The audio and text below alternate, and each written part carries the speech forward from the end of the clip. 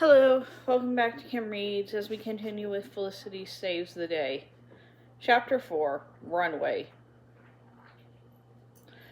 That afternoon, the sun was shining strong among the pines, and the air was scented with a piney tang when Felicity returned to Ben in the woods. She handed Ben a basket of food. "You look as though you need this," she said. Ben took the food gratefully. "Indeed I do," he said. "I've been eating enough berries to fill 20 pies, but I'm still hungry."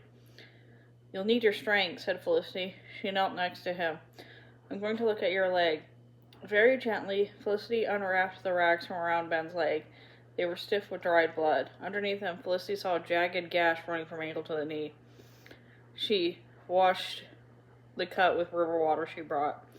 "Now, I'm going to put some medicine on your leg," she told Ben. "It may hurt a bit." Ben concentrated on the bread he was eating. He only flinched a bit at the medicine sting. "How do you know so much about medicine?" he asked. "Grandfather taught me," said Felicity. "He showed me how to grind herbs to make this medicine for Penny. It helped her scrape heal. She'll help you too."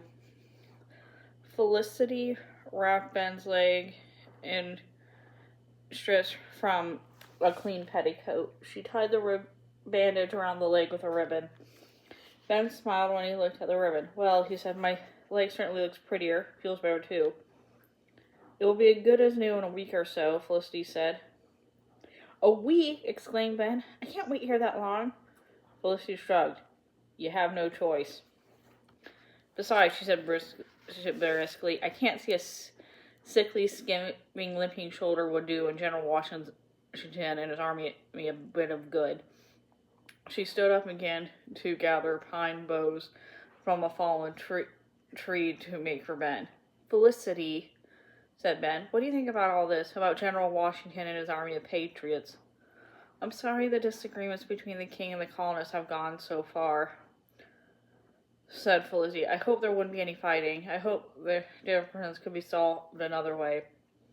"So that's what your father says," said Ben. "So you agree with him. You think I am wrong?" Felicity sat down and looked straight at Ben. "Aye," she said. "I can't say you're wrong to stand up for what you believe in, but I think you're going about it the wrong way. Breaking your apprenticeship agreement with my father is not honorable. It's wrong the way a lie is wrong. You'll shame your family and yourself. I'm not afraid," Ben cut in. "If you were older, you'd understand." "Oh," said Felicity tartly. "Well, I understand enough to know that this is not a brave beginning. If you ran away from my father, what will happen when we meet an enemy?" Ben was quiet. "Did you even talk to my father?" Felicity asked. "Did you even ask to let you go?" Ben frowned. "You know as well as I do that he would hold me to my apprenticeship agreement. He said your father would not let me break my promise to him." "Indeed," said Felicity slowly. "I always thought it was a promise you made to yourself, to do what you said you'd do no matter how hard it was." Ben leaned his head against the tree. Felicity stood up. "I'm going now," she said, "but I will be back tomorrow. I hope you'll think about what I said." I will," said Ben, "but I will not change my mind." "No," said Felicity, "but maybe you'll have a change of heart." It was not difficult for Felicity to visit Ben the next few days, nor was it difficult to find the food for him. The cook never minded if Felicity took food from the kitchen. It was easy to gather berries and peaches still warm from the sun. Felicity put to use some of the things Grandfather talked to her about living in the woods to make Ben more comfortable. The medicine was helping Ben's leg heal quickly. In fact, Felicity did not want to tell Ben how well his leg was healing. She was hoping he would decide not to go. But the decision was forced upon him sooner than she expected.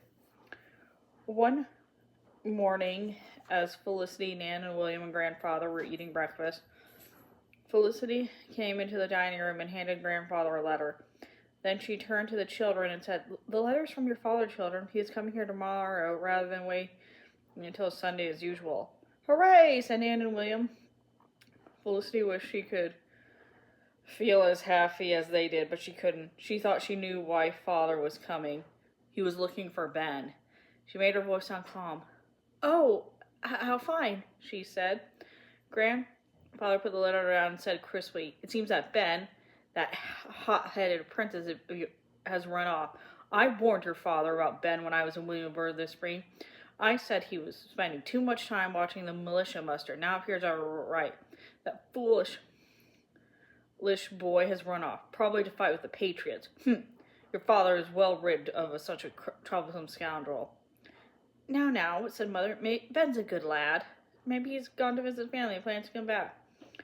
Well, said Grandfather, then why did he leave without a word? And why did your husband put a notice in the Gazette? Father put a notice in the paper? Asked Felicity. Aye, said Grandfather. Here it is, you may have it. Felicity's eyes widened with fear as she read.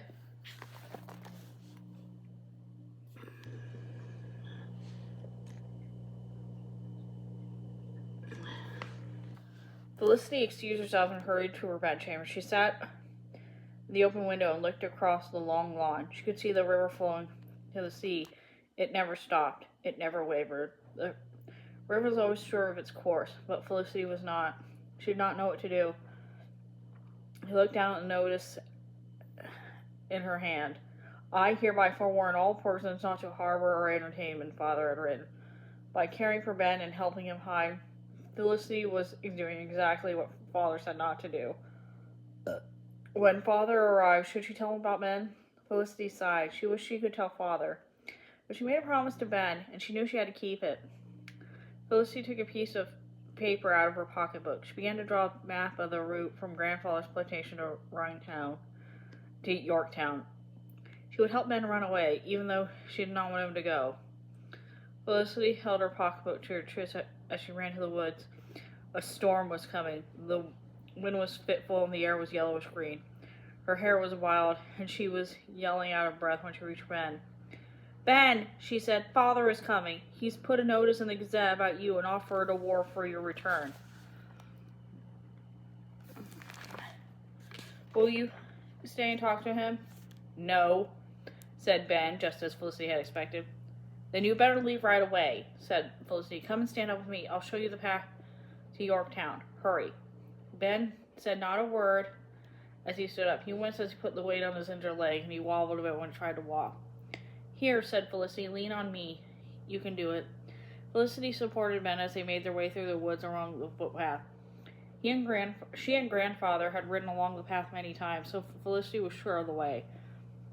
But she and Ben moved very quickly. The path was narrow with bumpy and tree roots. Ben struggled and stumbled. It felt like hours before they reached Philgate's Creek. Felicity helped Ben cross, wading through the shallow water. Then they rested him in on the far shore. Then Felicity handed her pocketbook. I'm going back now, she said. Take this. There's a map inside to show you the rest of the way to Yorktown. I put money in it, too. It's not much, but it should pay your fare on the ferry to Gloucester. Be sure to follow the map. Stay on the path. Don't take the main road, or... Felicity hesitated, or there may be trouble. Ben nodded. Goodbye, Lissy, he said. Thank you. I won't forget you. Felicity was too sad to speak. She watched Ben's back until it disappeared, swallowed up in the mouth of a leafy tunnel. She wondered if she'd ever see Ben again. A fat raindrop hit her shoulder and she turned to go. It was almost noon, and the rain was ready when Felicity got back to the house. As she came inside, Felicity heard unfamiliar voices in the parlor. Probably guests for dinner, she thought. She began to go upstairs to her chamber. She stopped dead still when she heard one of the voices say, Don't you worry, sir. We'll find the apprentice lad and bring him back if we have to drag him. Felicity sat down hard. Another voice, even rougher than the first, said, As soon as we saw Mr. Merrin's notice, my partner and me, we didn't waste any time. We set out to find the runaway. Well, I can assure you that the lad is not anywhere on my plantation, said Grandfather. Someone would have seen him. All right, sir, if you say so, sir, said the man. We'll be on our way to Yorktown then. We'll ask the ferry if he went across to Gloucester. If we did, we'll follow him. The ferry, thought Felicity in a panic. That was exactly where Ben was headed. If they left now and took the main road, these men would get to the ferry before Ben would. Ben would walk right into the trap. We've dealt with runaways before, the second man was saying. We ain't afraid to be rough, it needs to be. Felicity did not hear what Grandfather replied. She was up and away, out the door, running to the stable through the rain. She had to stop Ben. She had to find him before the men did. And that's the end of that chapter. Thanks for listening.